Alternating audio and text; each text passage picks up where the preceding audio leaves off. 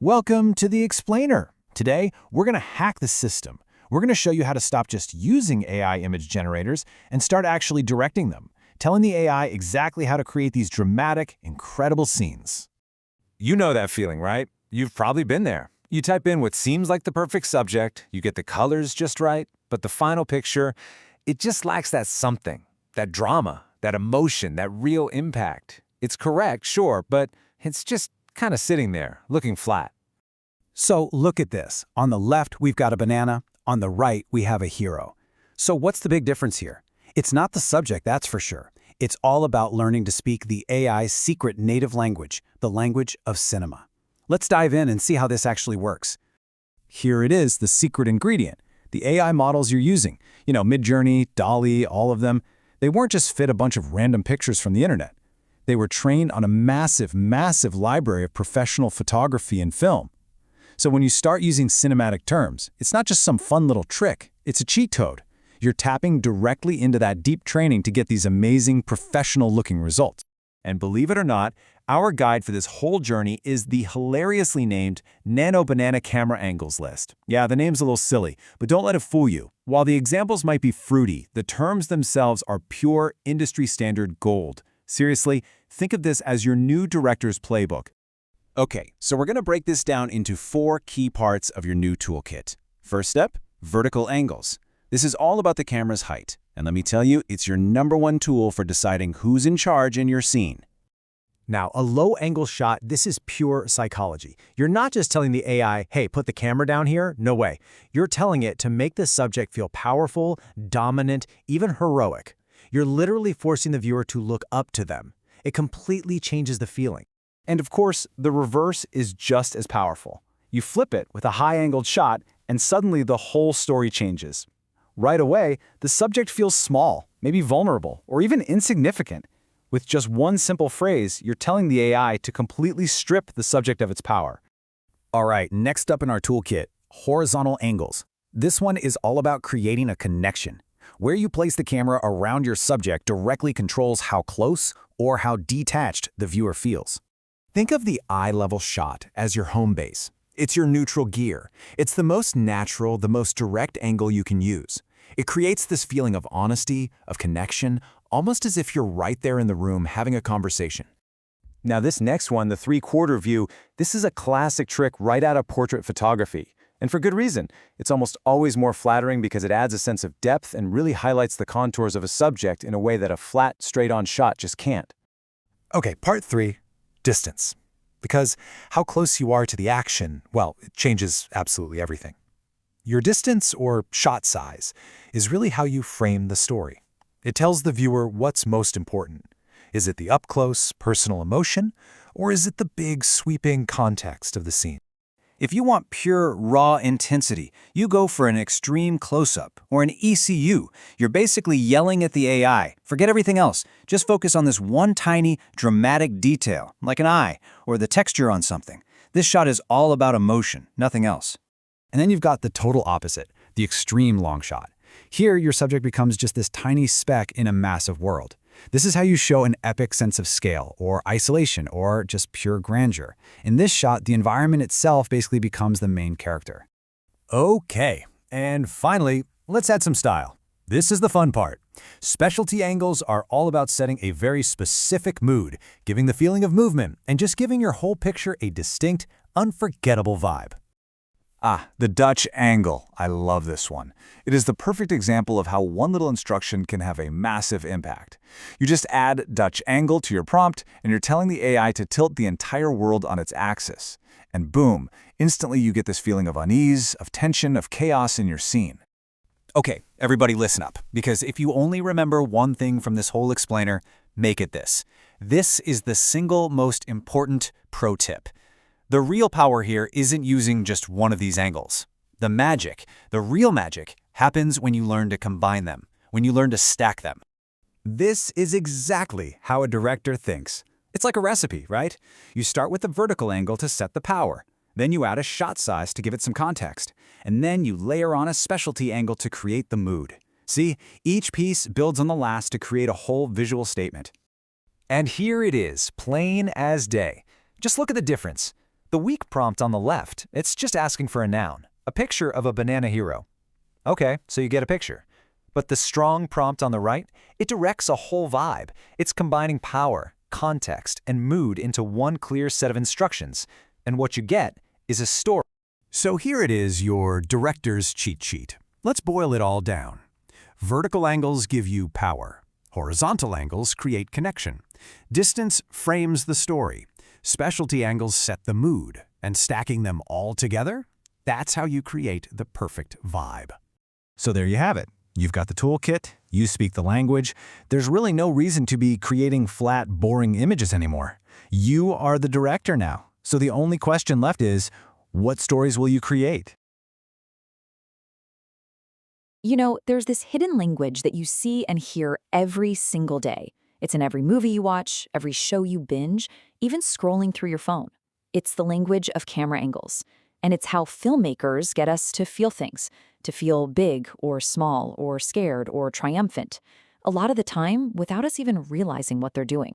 So think about this. Have you ever been watching a movie and just felt, wow, that hero looks absolutely epic? Or maybe you felt a real pang of sadness for a character who just seems totally lost in the world. Well, the secret to that feeling isn't always the acting or the music. A lot of the time, it's something much simpler. It's just where they decided to put the camera. And that is exactly what we're going to break down today.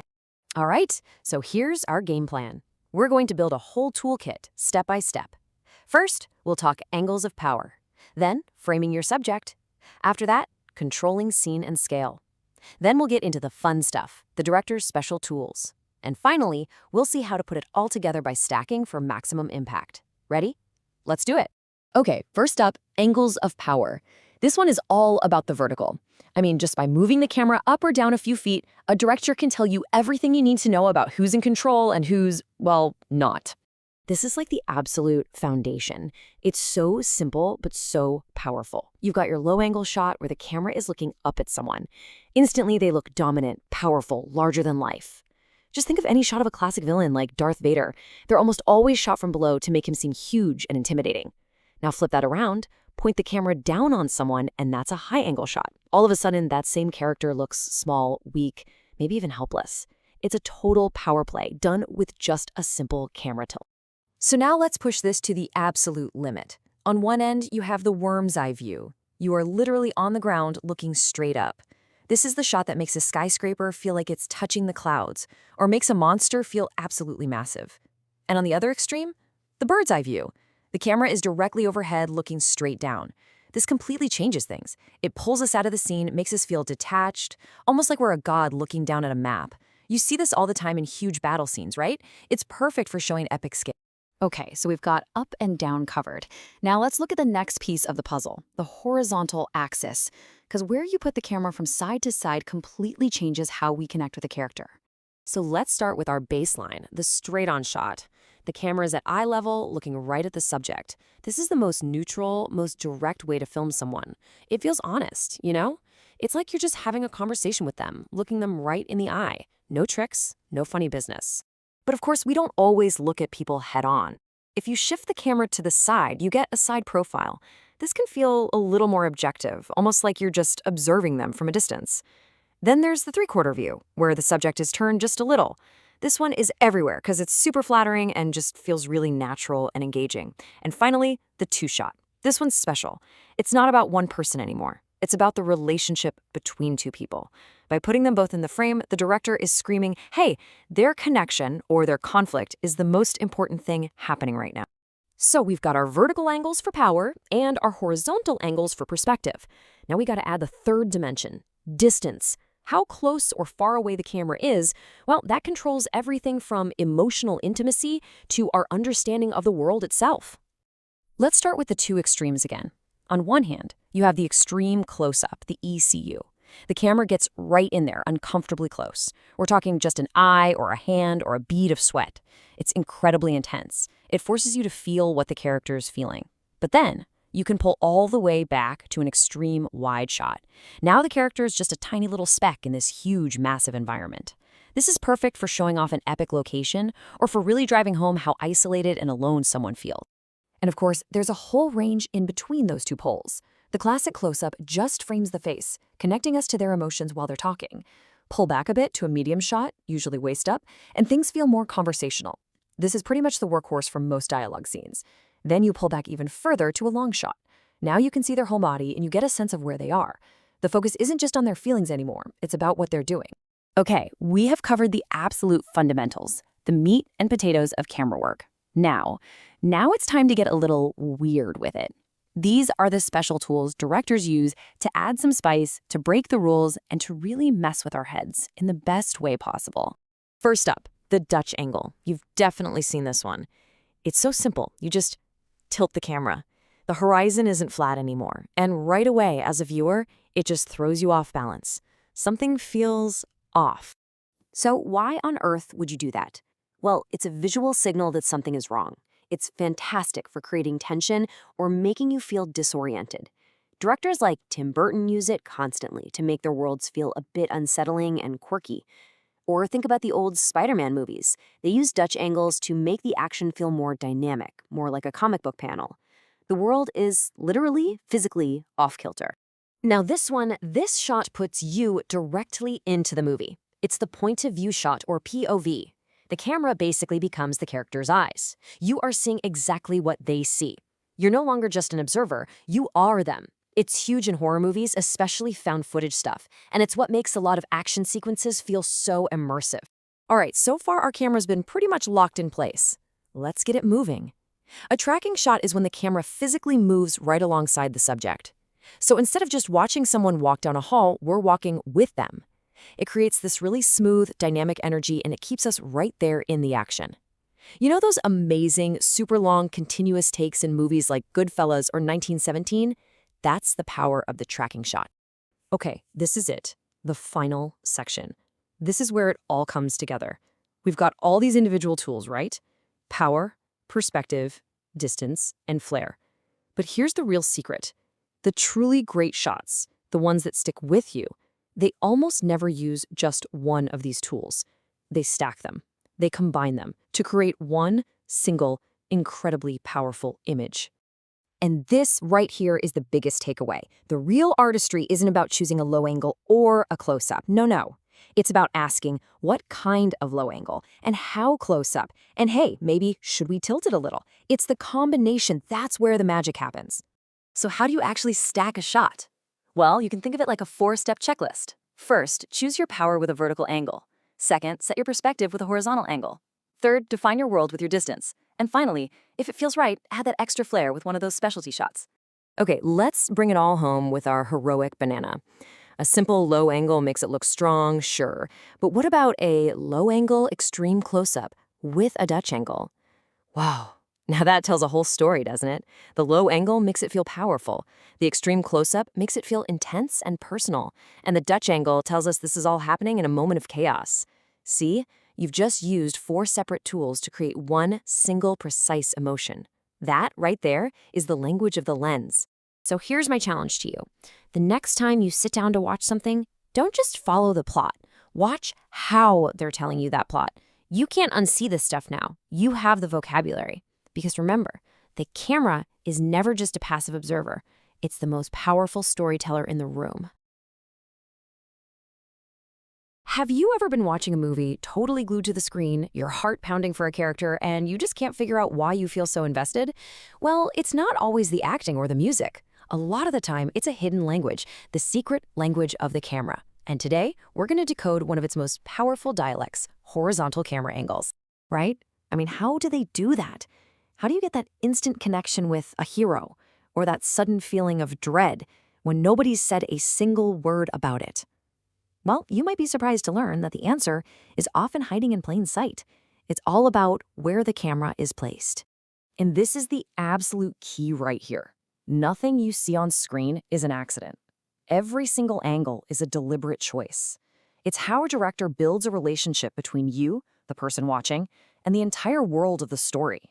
So let's start with an angle that kind of keeps us at arm's length. This is the side profile view, and it immediately puts us in the role of an unseen observer, just watching things happen from the sidelines. Okay, so a side profile is exactly what it sounds like, right? We're seeing the character completely from the side, and they're usually focused on their own world. The cool thing about this is that it creates this really clean silhouette. It kind of shifts our focus away from their internal emotions and puts it squarely on their actions. Just look at this shot here. We're positioned like a fly on the wall, just watching this person work. We're not really invited into their thoughts or what they're feeling. We're just seeing what they're doing. This creates a real sense of detachment, like we're watching something we're not meant to see. And that feeling is super powerful. It can make us feel like we're eavesdropping on a secret conversation. Or, it can just highlight how intensely focused a character is on their task. We get pulled into their concentration without ever getting into their personal space. But what happens when a director wants to close that distance a little bit? Well, all you have to do is pivot that camera just a few degrees, and suddenly we go from being a detached observer to getting this intimate portrait with what's called the three-quarter view. Now, this is probably the single most common angle you're going to see in movies and photography, and for a really good reason. By turning the subject just a little bit toward us, we get to see more of their face, which creates an instant sense of depth and, dimension. And you can feel the change right away, can't you? We're not just observing anymore, we're being invited in. We can see the character's features, we can start to read their expression, and we begin to connect with them on a much more personal level. This is exactly why people call the three-quarter view the sweet spot for portraits. It really highlights the natural curves of a face, think cheekbones and jawline, and it avoids that kind of flat look you can get from a straight-on shot. It gives the character shape, it reveals their personality, and it just makes them feel, well, real, relatable. All right, let's swing the camera all the way around. Now there's absolutely no hiding. There's no distance. We are face to face with our subject. The straight-on shot is, without a doubt, the most direct tool a filmmaker has. The character is looking right down the barrel of the lens, right at us. And even though you could call it a natural or neutral perspective, its effect can be incredibly intense. I mean, look at that. It's an arresting image, isn't it? The character's gaze just shatters that invisible fourth wall between the story and us, the audience. It forces you into this immediate personal engagement. And that engagement can go one of two ways. It can feel unbelievably intimate, like a character is letting you in on a secret that only you and they share. Or it can feel really aggressive and confrontational, like they're challenging you. It all depends on the story and the context. So far, we've really been focused on how the camera relates to just one person. But what happens when you've got two characters on screen? I mean, how do you show their relationship? Well, that's where the two-shot comes in. It is a fundamental building block of telling a story visually. You just frame two subjects together, and boom, you've established a connection between them. Just by putting two people in the same shot, you're immediately telling us that they share a space at a moment in time. But it's the really subtle stuff, the way they angle their bodies toward or away from each other, that tells us the real story of their dynamic. Ultimately, the two-shot is the visual language of interaction. It's how a director shows us everything: a friendly conversation, a heated conflict, a close partnership, a budding romance. It's all about what's happening in the space between the characters. And that really brings us to the main takeaway here. Every single one of these horizontal angles, from that detached side profile all the way to the direct front-facing shot, is a strategic choice. It's a tool used to carefully define the relationship, not just between characters, but between the entire story and you. So the next time you're watching a movie, try to pay attention to where the camera is. Because now you're not just a passive viewer anymore, you're actively reading a visual language, this whole hidden layer of storytelling. So the only question is, what new stories is that language going to reveal to you? You know that feeling when you're watching a movie and you just know someone's the hero? Or you get a chill from a villain before they've even said a single word? Well, that's not magic. That's the powerful, secret language of the camera. And today, we're going to decode one of its biggest secrets: vertical camera angles. So yeah, that's the big question, right? How does it do that? Well, the answer is actually pretty simple. It's all about where the camera puts you. The filmmaker's #1 tool for messing with your perception of a character's power is just the camera's height. So let's just dive right in. To really get this, we're going to climb what I like to call the power ladder. And we're starting at the very, very top. This is the view from above, where the camera looks down on the world and totally shapes how we see everything in it. First up, the highest rung on our ladder is the aerial shot, or what you might call a bird's eye view. Think of a drone flying way, way up over a city. Here's the key thing to remember. This shot isn't really about the person down there, it's about the context. It's all about establishing the location, showing you just how massive the environment is, and making the people in it seem like tiny pieces of a much bigger puzzle. It gives you this sense of detachment. And this shot just illustrates it perfectly. I mean, look at this figure. From way up here, they're just a little shape in a giant space. There's zero personal connection. We, the audience, get this almost godlike perspective, seeing the whole board without really getting invested in any one piece. Okay, so let's step down that ladder just a little bit. We're getting closer to the action now with the high-angle shot. Now this is where the psychology really starts to kick in. See, by putting the camera above the character's eye line and looking down, a filmmaker can instantly make them feel less powerful. It makes them look smaller, weaker, more vulnerable, kind of at the mercy of whatever is happening around them. And what's so fascinating here is that, unlike that aerial shot, this is super personal. We're close enough to actually see the character, to feel something for them. The angle is being used on purpose to make us, the viewers, feel more powerful, and maybe even feel a little pity. They are literally being looked down on. All right, we've made it to the middle of our journey down the power ladder. This is the neutral zone, the baseline. This is where we create a real human connection. I gotta say, I love these terms. The anchor, because it grounds us in reality. The balance point, because the power dynamic is totally equal. And the human connection, well, because this is the angle of empathy. I mean, this is just how we see the world every day, right? Eye to eye. When a director uses an eye-level shot, they're not trying to play any power games. They're basically inviting you to have a normal conversation, to see the character as an equal. And you can really feel that in this image. That direct eye contact, it creates this sense of trust, of normalcy. There's no judgment, no weird power imbalance. It's the most honest shot in the whole toolkit, and it's what keeps us grounded in the story.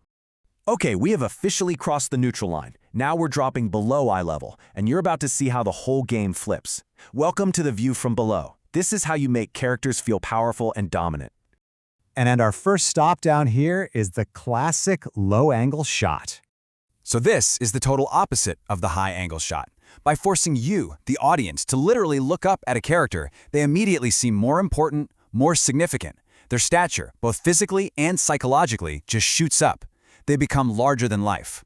Whoa, look at that. It's the same character, but a completely different feeling. Now we're the small ones looking up. This angle gives them instant authority. This is your classic hero shot, right? Makes them look noble, strong, but, a little warning, it can also be used to make a villain look super menacing and powerful. But you know what? We can push this even further. Let's get right down on the ground for the extreme low angle, or the worm's eye view. Okay, this isn't just about making someone look powerful anymore. This is about making them look absolutely overwhelming. The world from this angle feels totally vulnerable. You're just looking up at this towering, almost godlike figure. And yeah, this visual just says it all. The subject isn't really a person anymore. They're a monument. They fill the entire frame, they block out the sky, they're basically an unstoppable force. This angle is designed to make you feel awe, or maybe even a little bit of terror. So, we've gone from the heavens all the way down to the ground. We've seen characters at their absolute weakest and their most powerful. And what that means is that you now have a new superpower, the ability to read the shot. Let's just boil this entire thing down to one super simple idea. It's like a visual seesaw of power. When the camera looks down, the subject's power goes down with it. They look weak, small.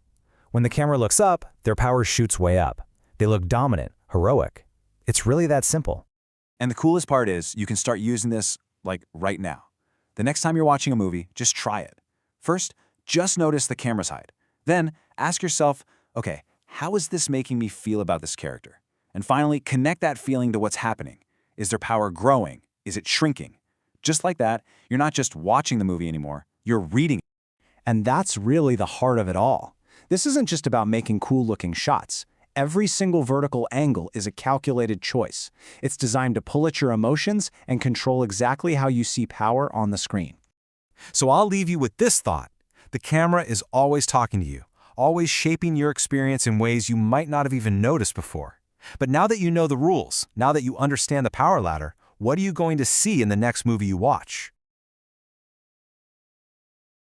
Today, we're diving into one of the most powerful yet simple tools in all of filmmaking. Just how far the camera is from a person. I know, it sounds basic, right? But that little bit of space can completely change how you feel about a character, a scene, everything. So let's get into it. Have you ever really thought about that? How a movie can make your heart race or make you feel like you're right there, all without a single line of dialogue? Well, it's all part of a very deliberate visual language.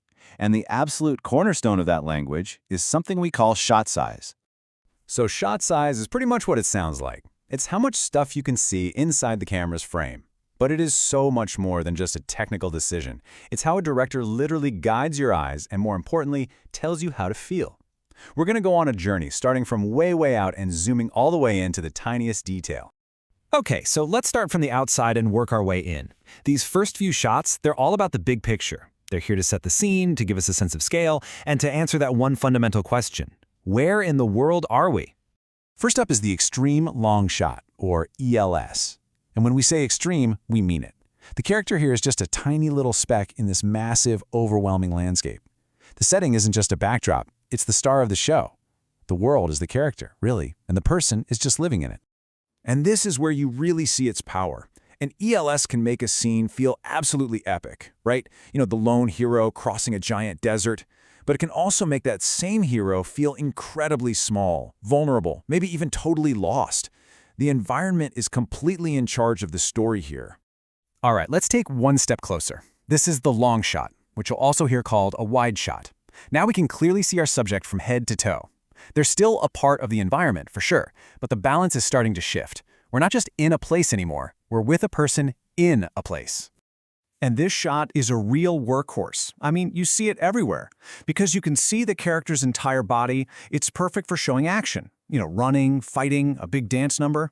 It locks the character into their world, but still gives them plenty of room to move. So you can see, this is a really key turning point. The wide shots we just talked about, they're all about the where. They set the stage. But from here on out, we're zooming in to focus on the who, the people themselves. This next group of shots brings us into a much more personal, kind of social distance. This is the range where relationships and conversations really come alive, and it makes us feel like we're right there, part of the scene. First up, we've got the medium-long shot. But honestly, everybody knows it as the cowboy shot. It's framed from about the knees up, and it gets its name from old westerns. Think about it. You needed a shot wide enough to see the gunslinger's confident face and the holster at their hip. And that origin story tells you exactly what this shot is for. The cowboy shot just screams confidence, swagger, readiness. It gives us enough body language to get a read on the character's attitude, but it doesn't totally lose the world around them. Okay, moving in a little closer still, we get the medium shot. This one is framed from the waist up. And let me tell you, this is the bread and butter of filmmaking. It is arguably the most common shot you'll ever see, and there's a really good reason for that. It just feels normal. The medium shot is so effective because it's pretty much how we see people in a real-life conversation. It's not too in your face, not too far away. It feels like you're just another person in the room. You can see their expressions, their hand gestures. It's the absolute go-to for any dialogue scene. All right, we've established the world, we've met the characters. Now it's time to get personal. Really personal. This last set of shots throws all that distance away and focuses completely on emotion and tiny, critical details. And here we are, the close-up. The background just melts away. All the distractions are gone. All that matters is the character's face. At this point, we're inside their personal space, sharing this incredibly intimate moment. The subject is the story now. And at close-up leaves zero room for doubt. By getting rid of everything else, the director is basically forcing you to connect with this person. There is nowhere else for your eyes to look. It's a direct pipeline into their mind, a window straight into their soul. So if the close-up is intimate, then the extreme close-up is, well, it's microscopic. This shot completely obliterates all context to magnify one single detail. It could be a quivering lip, the ticking hand of a watch, a single tear, you name it. An ECU is designed to create intense drama. By forcing us to stare at this one tiny thing, the filmmaker is screaming, "This matters." It elevates that little detail to the most important thing in the entire universe. It's a visual exclamation point that tells you, pay attention, this changes everything. And there you have it. We've made the full journey. From this huge, epic landscape, all the way down to one single critical detail. So let's just do a quick run-through of that whole progression. We started way out with the extreme long shot and the long shot to establish our world. Then, we moved into that conversational range with the cowboy and medium shots to see our characters interact. And finally, we dove deep into their inner world with the close-up for emotion and the extreme close-up for those game-changing details. It's a seamless journey from context to character to pure feeling. And this really is the heart of it. None of these shots are accidents. Every single one is a deliberate choice. A filmmaker uses them to guide your attention, to take you on a very specific emotional journey. It's all about controlling what you see and therefore what you feel. So, the next time you're watching a movie, or hey, even just framing a photo on your phone, think about that distance. Don't just ask what you're looking at, ask how the camera is asking you to look at it. What story is the framing itself trying to tell you?